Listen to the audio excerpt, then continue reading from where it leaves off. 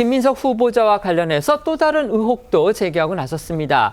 국회에 제출한 인사청문회 자료에 후원금을 받아서 운영해왔던 이 사단법인 경력, 이걸 누락한 것으로 드러났는데요. 야권에서는 검증을 회피하려고 일부러 뺀 거 아니냐, 이렇게 의심하고 있습니다. 네, 김 후보자는 과거 2001년 비영리 사단법인인 아이공유 프로보노 코리아를 설립해서 이 지방자치단체 보조금과 기부금 등을 받으며 운영을 했었는데요.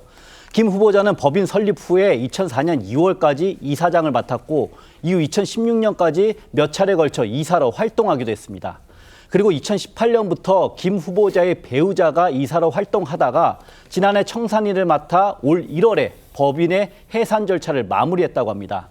그런데 김 후보자가 설립하고 이 아내가 법인 해산 절차까지 맡았던 이 법인 운영 경력이 이 국회에 제출한 인사청문 요청안엔 누락된 것으로 전해지고 있습니다. 국민의힘 추경호 의원이 입수한 공익법인 결산 서류에 따르면 김 후보자가 운영한 사단법인에서 모은 기부금은 지난 2020년부터 2024년까지 5년 동안에만 9천만 원이 넘은 것으로 드러났는데요. 이렇게 최근까지 기부금을 받았던 법인을 경력 관련 서류에서 누락하자 이 야당에서는 검증을 회피하려 한 것이 아니냐는 지적이 나왔습니다. 국민의힘 추경호 의원은 올해 초 갑자기 법인을 폐쇄한 것도 석연치 않다고 지적했는데요. 이런 의혹 제기에 김 후보 측은 이미 해산이 된 법인이라 증빙 서류를 확보할 수 없었다고 해명한 것으로 전해졌습니다. 어제 저희도 전해드렸었죠. 이 김민석 후보자의 사인간 채무 미상환, 그러니까 빚을 빌리고서도 갚지를 않은 그 논란과 관련해서 석연치 않은 정황이 또 드러났습니다. 네, 이 김 후보자에겐 현재 이 사인간 채무 1억 4천만 원이 있는데 이런 채무 내역은 이 민주당 민주연구원장 시절이던 2018년에 빌린 것으로 알려졌습니다. 그런데 과거 김 후보자에게 이 불법 정치 자금을 제공했던 강모 씨에게서 이틀에 걸쳐 빌린 4천만 원을 제외하고도 일단 그 남은 1억의 채무 가운데 9천만 원이 지난 2018년 4월 5일 하루에만 서로 다른 9명에게서 각각 1,000만 원씩 빌린 것으로 확인이 됐다고 SBS가 보도를 한 겁니다. 김 후보자는요, 이 9천만 원도 상환 일자가 지났지만 갚지 않은 것으로 전해졌고요.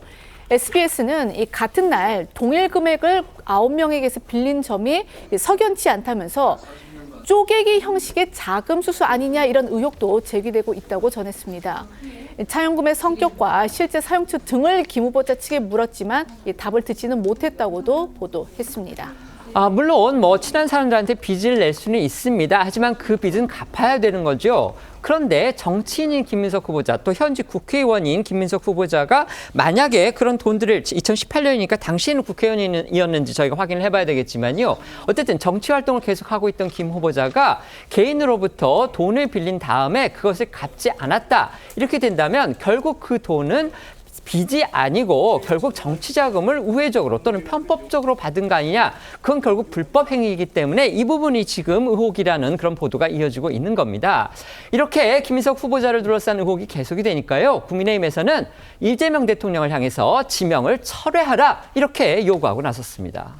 네, 국민의힘 김용태 비대위원장은 김 후보자의 채무 의혹과 아파찬스 의혹을 함께 언급하면서 이 국민 상식에 맞지 않는다고 지적했습니다.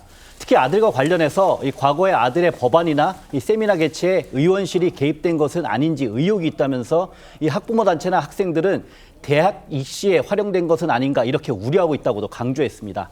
이 박형수 원내 수석 부대표도 재산 미스터리가 점입가경이라며 이 총리가 되면 정치적 채권자들을 위한 보훈에 여념이 없을 것 같아 걱정스럽다 이렇게 말하기도 했습니다. 이 야당은 또 재산으로 총 2억 1,504만 원을 신고한 김민석 후보자의 아들이 연간 학비가 2천만 원이 넘는 국내 사립고등학교를 졸업한 뒤에 역시 연간 학비가 억대로 알려진 미국 명문 사립대학교에 진학했다는 보도와 관련해서 이 학비의 자금 출처도 밝히라고 촉구했는데요. 관련해서 야당 측 목소리 한번 들어보겠습니다. 김민석 총리 지명자와 같은 경우는 국민 상식에 맞지 않다라고 생각이 들고요. 이재명 대통령께서는 저는 지명을 철회하는 것이 맞지 않나 개인적으로 생각이 듭니다. 억대를 빌려도 갚지 않아도 되고 아들은 학비가 연 1억 원인 대학을 다니고 있는데 도대체 이 많은 소득이 어디에서 나오는 것인지 의문투성입니다.